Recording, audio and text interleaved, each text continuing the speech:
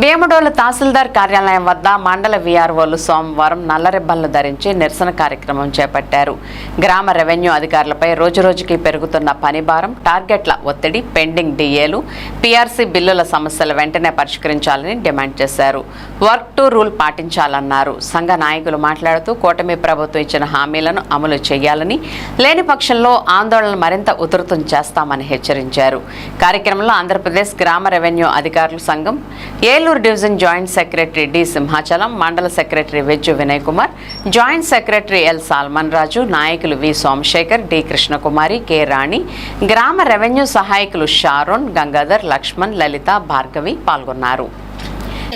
2024 సంవత్సరం నాడు కూటమి ప్రభుత్వం వారు అధికారం వచ్చిన వెంటనే ప్రభుత్వ ఉద్యోగుల యొక్క సమస్యలను పరిష్కరిస్తామని, వచ్చిన వెంటనే డిఏ ఏరియాస్ బాకాయలు చెల్లిస్తామని, ఐఆర్ పెంచుతామని, అదేవిధంగా ఓపీసీ కొరకు అనేక సంవత్సరాలుగా పోరాటం చేస్తున్న ఉద్యోగులకు యొక్క సమస్యలు పరిష్కరిస్తామని హామీతోటి ప్రభుత్వం వారు అధికారంలోకి వచ్చారు.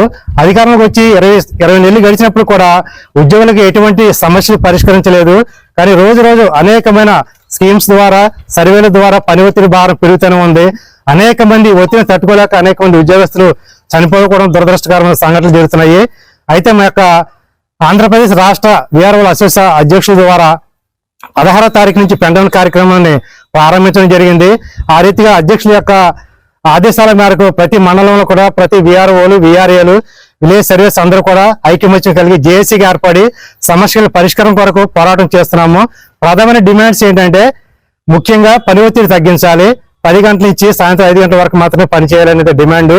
అదేవిధంగా ఉద్యోగస్తులకు రావాల్సిన ఏరియాస్ చాలా ఉన్నాయి. డిఏలు 4 డిఏలు ఏరియా పెండింగ్స్ ఉన్నాయి. ఇప్పుడు ఒక డిఏ కూడా మంజూరు చేయలేదు ఈ కూటమి అధికారంలో వచ్చిన తర్వాత.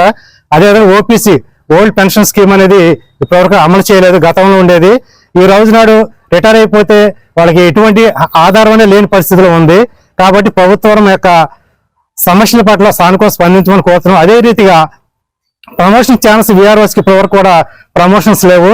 గ్రేడ్ 2 కానీ గ్రేడ్ 1 వరకు కూడా ప్రమోషన్లు వెంటనే కల్పించాలని, అదేవిధంగా పనికి తగిన వేతనం కల్పించమని. ఈ రోజు ధరల స్థిరీకరణ లేదు, విపరీతంగా ధరలు పెరిగిపోతున్నాయి. దానికి తగినట్టు వేతనాలు పెంచమని పోరాటం చేస్తున్నాము. ఇవే మా ప్రధానమైన డిమాండ్స్.